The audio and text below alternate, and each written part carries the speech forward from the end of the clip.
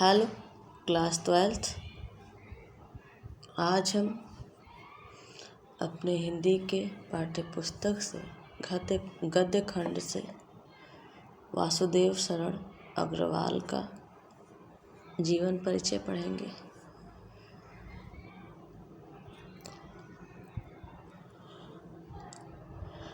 वासुदेव शरण अग्रवाल प्राचीन भारतीय संस्कृति एवं पुरातत्व के मर्मज्ञ विद्वान डॉक्टर वासुदेव शरण अग्रवाल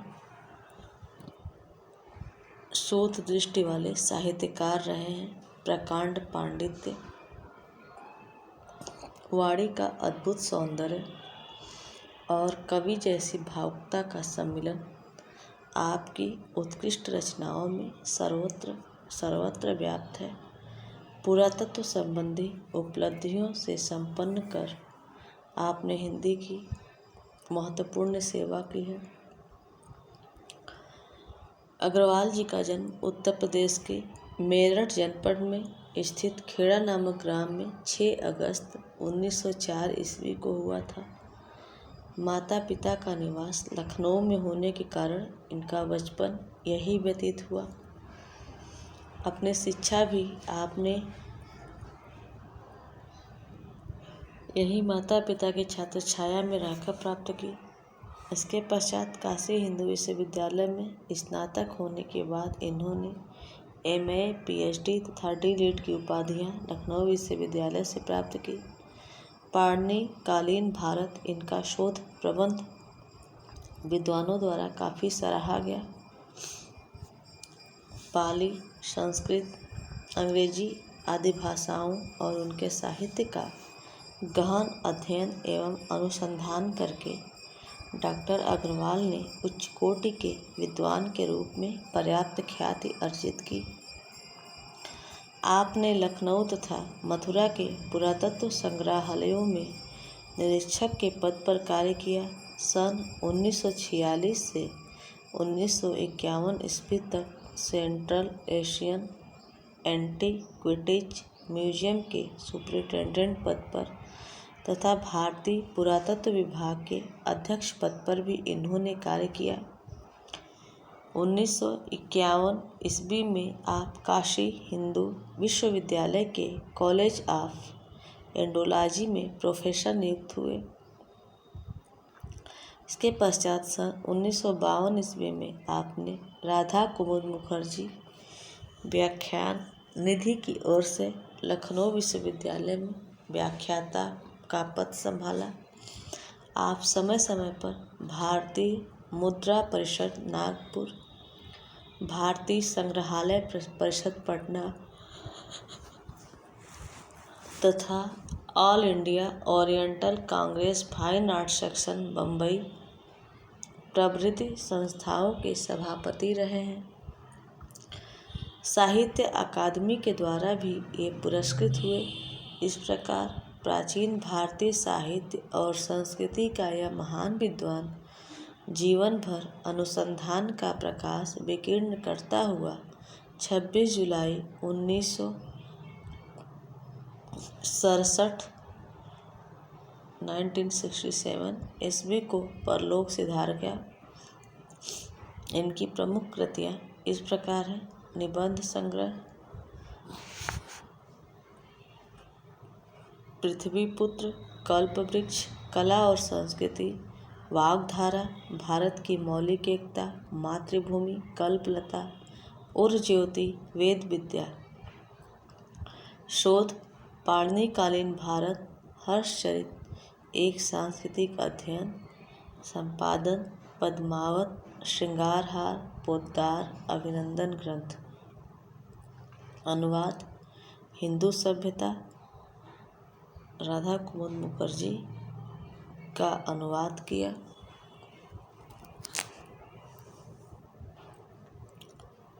एक पुरातत्ववेत्ता, शोधकर्ता एवं संपादक के रूप में वे हिंदी जगत में चिरस्मरणीय रहेंगे।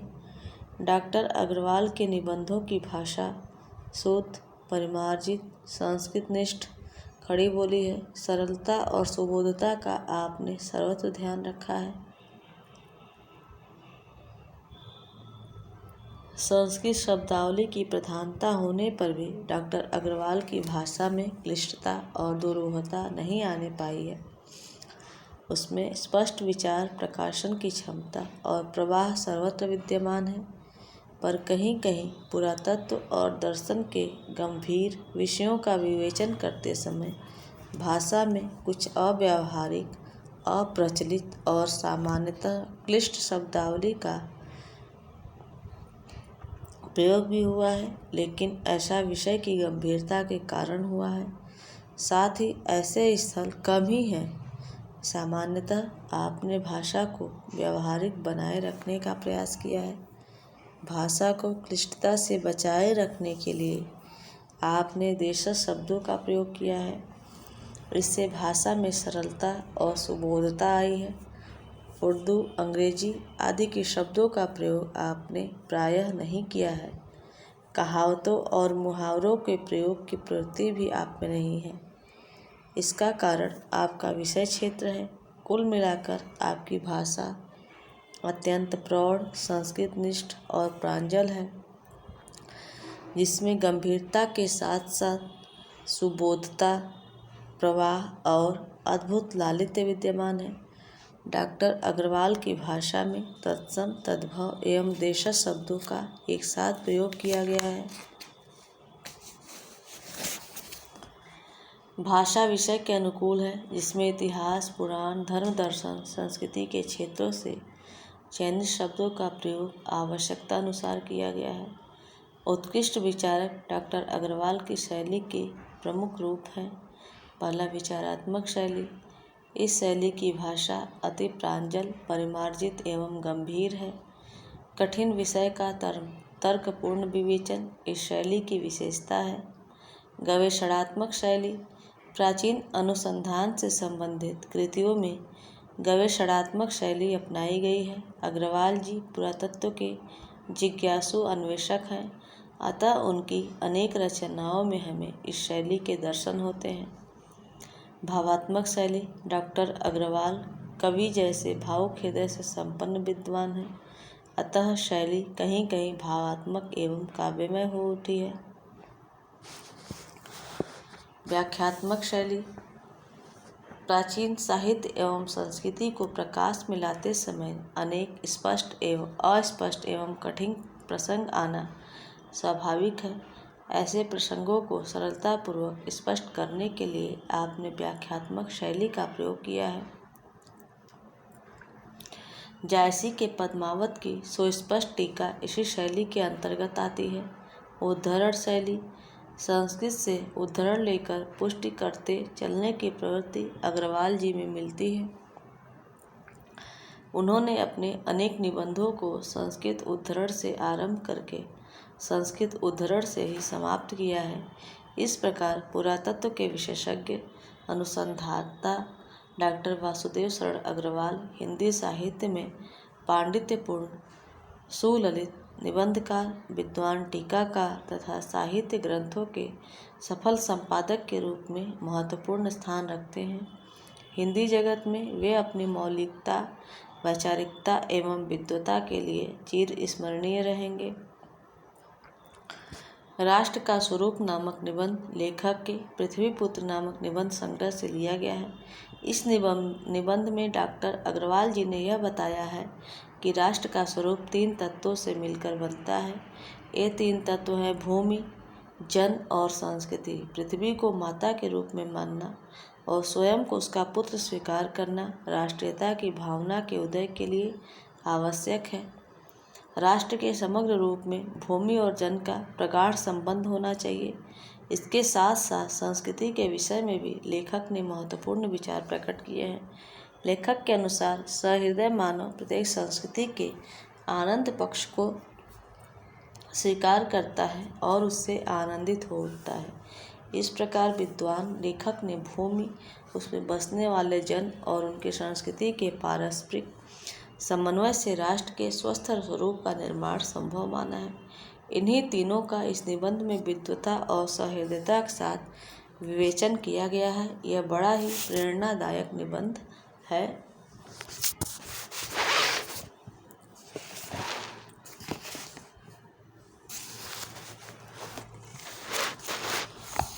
राष्ट्र का स्वरूप, ये हमारा गद्य का पहला पाठ है, जिसके लेखक वासुदेव शरण अग्रवाल हैं। भूमि, भूमि पर बसने वाला जन और जन की संस्कृति, इन तीनों के सम्मिलन से ही राष्ट्र का स्वरूप बनता है। किसी राष्ट्र के निर्माण के लिए इन तीन तत्वों का होना बहुत ही आवश्यक है। पृथ्वी और पृथ्वी पर बसने वाले लोग और उन लोगों की संस्कृति। जैसे किसी भी चीज़ के निर्माण के लिए कुछ तत्वों की आवश्यकता होती है, उसी तरह भूमि के निर्माण के लिए तीन तत्वों की आवश्यकता है। राष्ट्र का निर्माण के लिए तीन तत्वों की आवश्यकता होती है, और तभी जो है किसी राष्ट्र का निर्माण हो सकता है। भूमि, जन और जन की संस्कृति। भूमि का निर्माण देवों ने किया है, वह अनंत काल से है। उसके भौतिक रूप, सौंदर्य और समृद्धि के प्रति सचेत होना हमारा आवश्यक कर्तव्य है। लेखक के हिसाब से भूमि का निर्माण देवताओं के द्वारा किया गया है, और इसका अस्तित्व जो है वह अनंत काल से है, और मानव जाति का यह कर्तव्य है कि वह इस भूमि के सौंदर्य के प्रति सचेत रहे और इसका रूप विकृत न होने दे। भूमि के पार्थिव स्वरूप के प्रति हम जितने अधिक जागृत होंगे, उतनी ही हमारी राष्ट्रीयता बलवती होगी। साथ ही प्रत्येक मनुष्य का यह भी कर्तव्य है कि वह भूमि को विभिन्न प्रकार से समृद्ध बनाने की दिशा में सचेत रहे, और ऐसा करना इसलिए आवश्यक है क्योंकि पृथ्वी जो है समस्त राष्ट्रीय विचारधाराओं की जननी है। जो राष्ट्रीयता पृथ्वी के साथ नहीं जुड़ी, वह निर्मूल होती है। राष्ट्रीयता की जड़ें पृथ्वी में जितनी गहरी होगी, उतना ही राष्ट्रीय भावों का अंकुर पल्लवित होगा। इसीलिए पृथ्वी के भौतिक स्वरूप की आद्योपांत जानकारी प्राप्त करना, उसकी सुंदरता, उपयोगिता और महिमा को पहचानना हमारा आवश्यक धर्म है।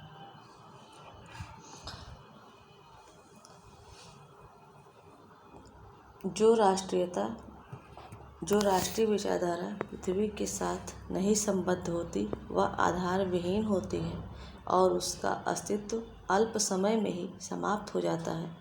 वस्तुतः हम पृथ्वी के गौरवपूर्ण अस्तित्व के प्रति जितना सचेत रहते हैं, उतनी ही अधिक राष्ट्रीयता के बलवती होने की संभावना रहती है। राष्ट्रीयता का आधार जितना सशक्त होगा, राष्ट्रीय भावनाएं उतनी ही अधिक विकसित होगी। अतः प्रारंभ से अंत तक पृथ्वी के भौतिक स्वरूप की जानकारी रखना तथा उसके रूप, सौंदर्य, उपयोगिता एवं महिमा को पहचानना प्रत्येक मनुष्य का न केवल परम कर्तव्य है, बल्कि उसका धर्म भी है। इस कर्तव्य की पूर्ति सैकड़ों हजारों प्रकार से होनी चाहिए। पृथ्वी से जिस वस्तु का संबंध है, चाहे वह छोटी हो या बड़ी, उसका कुशल प्रश्न पूछने के लिए हमें कमर कसनी चाहिए। पृथ्वी का सांगोपांग अध्ययन जागरणशील राष्ट्र के लिए बहुत ही आनंदप्रद कर्तव्य माना जाता है। गांवों और नगरों में सैकड़ों केंद्रों में इस प्रकार के अध्ययन का सूत्रपात होना आवश्यक है।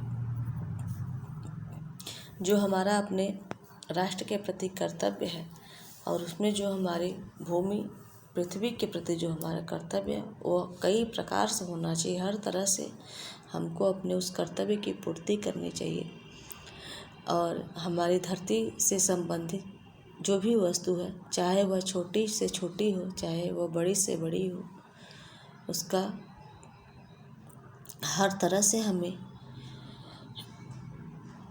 उसके प्रति अपने कर्तव्य का निर्वहन करना चाहिए। और पृथ्वी के हर तरह का अध्ययन एक जागरणशील राष्ट्र के लिए बहुत ही आनंद प्रदायक कर्तव्य माना जाता है। और चाहे गांव हो चाहे शहर हो, इस तरह के सैकड़ों केंद्र इस प्रकार के अध्ययन का सूत्रपात करने के लिए आवश्यक है। चाहे गांव हो शहर हो, वहाँ पे पृथ्वी से संबंधित अध्ययन केंद्र को बनाना चाहिए, जो कि इस धरती के हर तरह से निर्वहन कर सके। उदाहरण के लिए पृथ्वी की उपजाऊ शक्ति को बढ़ाने वाले मेघ जो प्रतिवर्ष समय पर आकर अपने अमृत जल से सींचते हैं, हमारे अध्ययन की परिधि के अंतर्गत आने चाहिए। उन मेघ जलों से परिवर्धित प्रत्येक तृणलता और वनस्पति का सूक्ष्म परिचय प्राप्त करना ही हमारा कर्तव्य है। इस प्रकार जब चारों ओर से हमारे ज्ञान के कपाट खुलेंगे, तब सैकड़ों वर्षों से शून्य और अंधकार से भरे हुए जीवन के क्षेत्रों में नया उजाला दिखाई देगा। यहाँ पे लेखक उदाहरण के देकर यह समझा रहे हैं कि पृथ्वी की जो हमारी उपजाऊ शक्ति है, उसको बढ़ाने के लिए जो प्रतिवर्ष वर्षा ऋतु में जो बादल आते हैं और समय से बरसते हैं और उनके जल से हमारी पृथ्वी जो उपजाऊ होती है, जिससे कि सींचा जाता है और अन्न उपजाया जाता है, वह जो हमारे अध्ययन की अंतर्गत आने चाहिए। और उन मेघों के बरसने से जो अनेक तरह के वनस्पतियाँ और पेड़ पौधे जो होते हैं, उनके बारे में छोटी से छोटी जानकारी भी प्राप्त करना हमारा परम कर्तव्य है। इस प्रकार से जब चारों ओर से हमारे ज्ञान के द्वार खुलेंगे, तब जो सैकड़ों वर्षों से शून्य और अंधकार से भरे हुए जीवन के क्षेत्रों में नया उजाला दिखाई देगा। धरती माता की कोख में जो अमूल्य निधियाँ भरी हैं, जिसके कारण वह वसुंधरा कहलाती है, उससे कौन परिचित होना चाहेगा। कौन परिचित न होना चाहेगा। लाखों करोड़ों वर्षों से अनेक प्रकार की धातुओं को पृथ्वी के गर्भ में पोषण मिला है। दिन रात बहने वाली नदियों ने पहाड़ों को पीस पीस कर अगणित प्रकार की मिट्टियों से पृथ्वी की देह को सजाया है।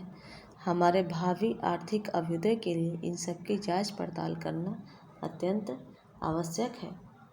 धरती माँ जो है वो रत्न गर्भा है। अनेक प्रकार के रत्न जो हैं उनके गर्भ में रहते हैं और उनकी कोख में अनेक बहुमूल्य वस्तुएं निहित हैं। और इन अनुपम तथा अमूल्य भंडारों के कारण जो है यह वसुंधरा कही जाती है। इस अद्भुत निधि से परिचित होने की इच्छा सभी करते हैं। और इस धरती के गर्भ में अनादिकाल से विविध वस्तुएं पुष्ट होती हैं। अनेक प्रकार की धातुएं लाखों वर्षों से पृथ्वी के अंदर विकसित हो रही हैं।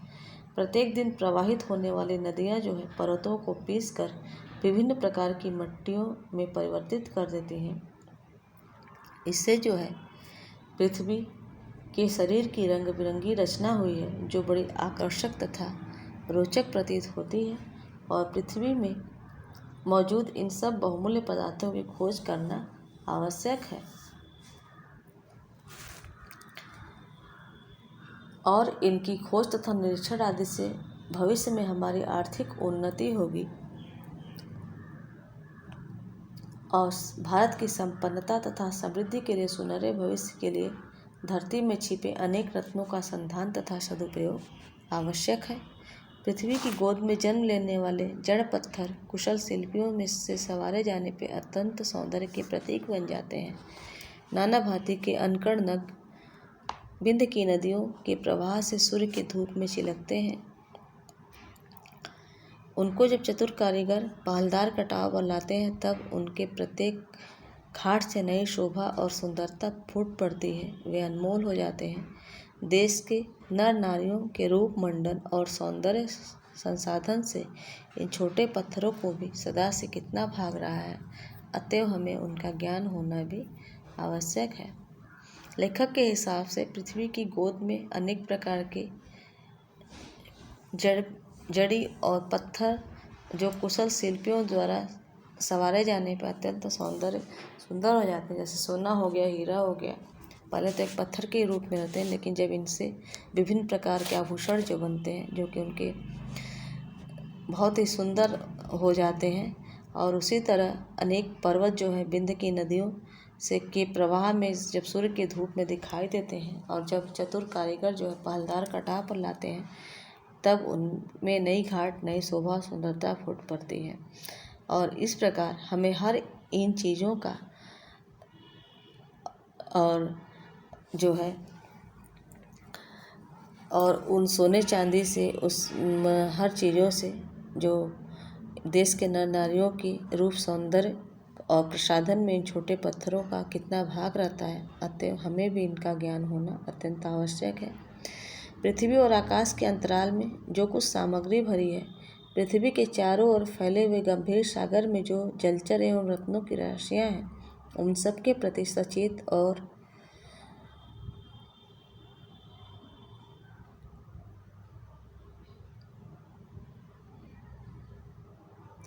चेतना और स्वागत के नए भाव राष्ट्र में फैलने चाहिए।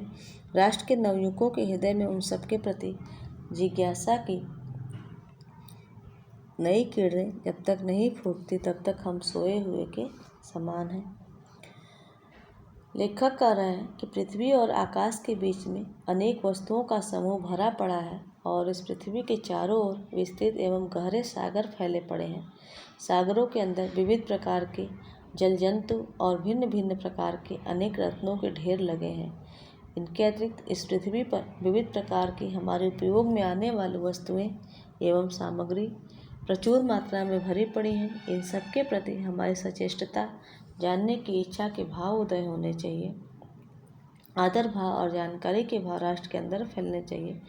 राष्ट्र के नौजवानों के हृदय में इन सबको जानने की इच्छा के भाव उदय होने चाहिए।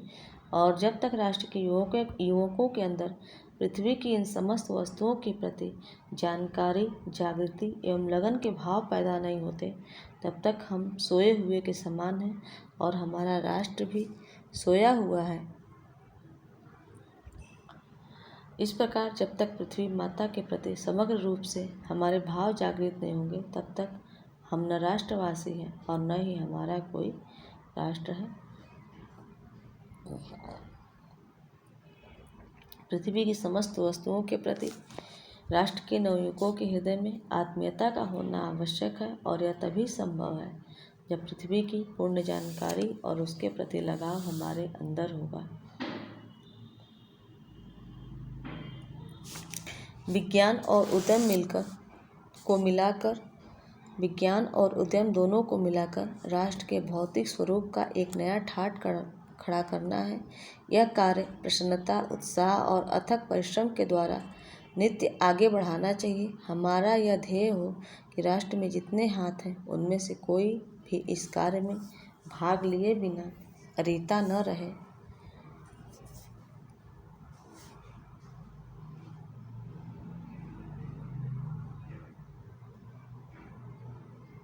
रीता मतलब खाली। तभी मातृभूमि की पुष्कल समृद्धि और समग्र रूप मंडन प्राप्त किया जा सकता है। विज्ञान और उद्यम दोनों को मिलाकर राष्ट्र के भौतिक स्वरूप का एक नया ठाट करना होगा। लेखक कह रहे हैं कि यदि हमें राष्ट्र का स्वरूप बदलना है, तो विज्ञान और उद्यम को एक साथ लाकर भौतिक विकास के मंच पर खड़ा करना होगा।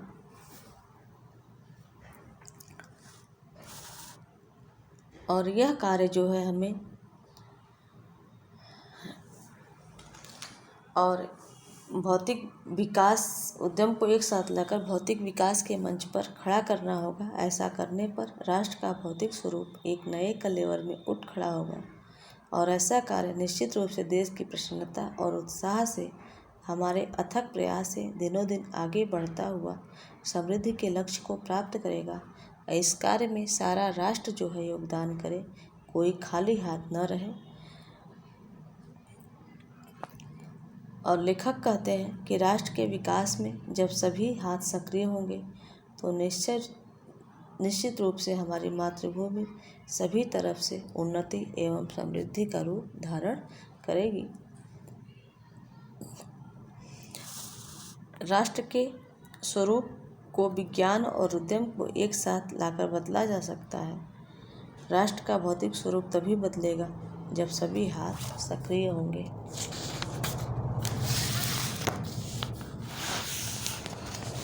राष्ट्र के स्वरूप के लिए दूसरा इम्पोर्टेंट अंग जो है वो है मातृभूमि, जन और जन्म मातृभूमि पर निवास करने वाले मनुष्य राष्ट्र का दूसरा अंग है।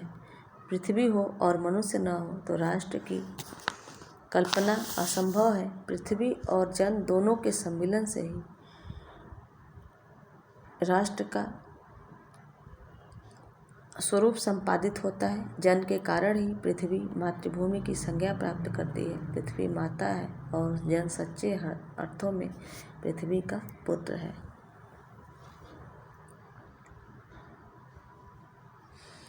माता भूमि पुत्रो अहम पृथिव्या। भूमि माता है, मैं उसका पुत्र हूँ। जन के हृदय में इस सूत्र का अनुभव ही राष्ट्रीयता की कुंजी है। इसी भावना से राष्ट्र के निर्माण के अंकुर उत्पन्न होते हैं। राष्ट्र के लिए मातृभूमि पर निवास करने वाले मनुष्य जो है वो राष्ट्र का दूसरा अंग है। किसी भी जो हमारी मातृभूमि है उस पर निवास करने वाले जो मनुष्य हैं वह राष्ट्र का दूसरा अंग है। अगर पृथ्वी हो और मनुष्य ही ना हो तो किसी भी राष्ट्र की कल्पना नहीं की जा सकती है। और पृथ्वी और जन दोनों के मिलन से ही किसी राष्ट्र का स्वरूप संपादित होता है। जन के कारण ही पृथ्वी जो है मातृभूमि की संज्ञा प्राप्त करती है। पृथ्वी माता है और जन सच्चे अर्थों में पृथ्वी का पुत्र है। राष्ट्र के लिए जिन आवश्यक तत्वों की आवश्यकता होती है उनमें यदि पहला भूमि है तो दूसरा तत्व है उस पर रहने वाला मनुष्य। और जिस पृथ्वी पर मनुष्य नहीं रहता उसे राष्ट्र नहीं माना जा सकता है। पृथ्वी और जन दोनों मिलकर ही किसी राष्ट्र के स्वरूप का निर्माण करते हैं। और पृथ्वी पर रहने वाले जन के कारण ही पृथ्वी मातृभूमि कहलाती है। जिस भूमाता को उस पर रहने वाले अपनी माता भूमि मानते हैं वह मातृभूमि बन जाती है। जब तक भूभाग में रहने वाले जन अपनी सच्ची माता और उसको अपना पुत्र नहीं मानते तब तक राष्ट्रीयता की भावना का उदय नहीं होता।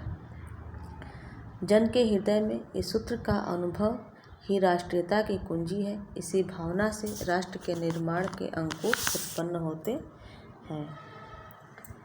जनता में देश को माता और समझने की भावना से ही राष्ट्रीयता का जन्म होता है। और जब हम देश को माता समझने लगते हैं तभी हमारे मन में उन भावों का उदय होता है जिसके आधार पर राष्ट्र के निर्माण की इच्छा उत्पन्न होती है।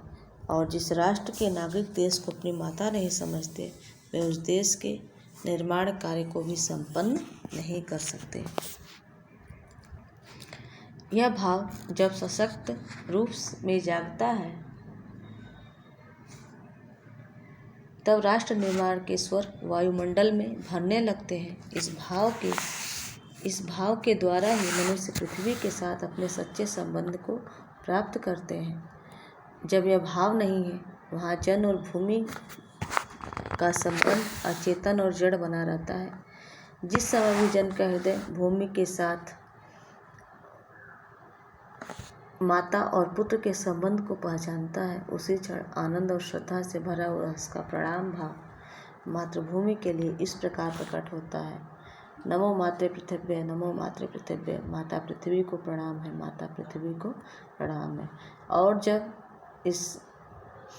यह भूमि के प्रति उसका पुत्र होने का भाव जब सशक्त रूप से मन में जागता है तब किसी राष्ट्र के निर्माण का स्वर जो है वहाँ के वायुमंडल में वातावरण में भरने लगते हैं। और इस भाव के साथ ही मनुष्य जो है पृथ्वी के साथ अपने सच्चे संबंध को प्राप्त करते हैं।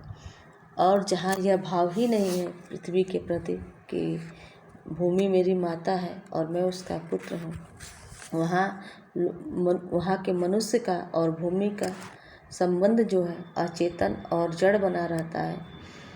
और जिस समय भी जन का हृदय भूमि के और जिस क्षण भी वहाँ के किसी भी पृथ्वी पर निवास करने वाले मनुष्य का हृदय भूमि के साथ माता जैसे हम अपनी माँ के साथ श्रद्धा भाव रखते हैं वैसे ही अगर हम अपनी धरती माँ के साथ भी सच्चे हृदय से माता और पुत्र के संबंध को पहचान लेते हैं उसी पल जो है आनंद और श्रद्धा से भरा हुआ प्रणाम भाव मातृभूमि के लिए प्रकट हो जाता है, तभी माता पृथ्वी को प्रणाम है। माता पृथ्वी को प्रणाम है। यह प्रणाम भाव ही भूमि और जन का दृढ़ बंधन है। इसी दृढ़ भित्ति पर राष्ट्र का भवन तैयार किया जाता है। इस दृढ़ चट्टान पर राष्ट्र का चिर जीवन आश्रित रहता है। इसी मर्यादा को मानकर राष्ट्र के प्रति मनुष्यों के कर्तव्य अधिकारों का उदय होता है। जो जन पृथ्वी के साथ माता और पुत्र के संबंध को स्वीकार करता है, उसे ही पृथ्वी के वरदानों में भाग पाने का अधिकार है। माता के प्रति अनुराग और सेवा भाव पुत्र का स्वाभाविक कर्तव्य है। वह एक निष्कारण धर्म है। स्वार्थ के लिए पुत्र का माता के प्रति प्रेम पुत्र के अधःपतन को सूचित करता है। जो जन मातृभूमि के साथ अपना संबंध जोड़ना चाहते हैं, उसे अपने कर्तव्य के प्रति पहले ध्यान देना चाहिए। यह प्रणाम भाव भूमि और जन का दृढ़ बंधन है। लेखक के हिसाब से कि जिस भूमि पर हम रहते हैं, उसे माता मानकर पूजित करना हमारा धर्म है और हमें यह समझना चाहिए कि भूमि हमारी माता है और हम इसके पुत्र हैं और हमारा इस मातृभूमि के प्रति प्रणाम भाव रहना चाहिए। और इस प्रणाम भाव से ही भूमि और जन के परस्पर संबंध में मजबूती आती है। जो अपने आप को उसका पुत्र मानता है, पृथ्वी के वरदान स्वरूप लाभों को पाने का अधिकार भी उसी का हो जाता है। पुत्र का माता के प्रति प्रेम और सेवा भाव एक स्वाभाविक कर्तव्य बन जाता है। यह उसका एक बिना कारण और बिना स्वार्थ प्राकृतिक धर्म होता है। जो पुत्र किसी स्वार्थ के वशीभूत होकर माता से प्रेम जतलाता है, वह उसके चरित्र को पतन को ही प्रकट करता है। अतः जो मनुष्य मातृभूमि से अपना लगाव मजबूत करना चाहता है, उसे सबसे पहले मातृभूमि के प्रति अपने कर्तव्य पर ध्यान देते हुए उसका पालन करना चाहिए। कर्तव्य पालन से ही अधिकारों की प्राप्ति होती है। मातृभूमि की सेवा से ही हमें राष्ट्र के सुखों की प्राप्ति होती है। इस प्रकार भूमि के प्रति मातृभाव, सेवा भाव, आदर भाव एक अच्छे राष्ट्र के निर्माण के लिए अत्यंत आवश्यक है।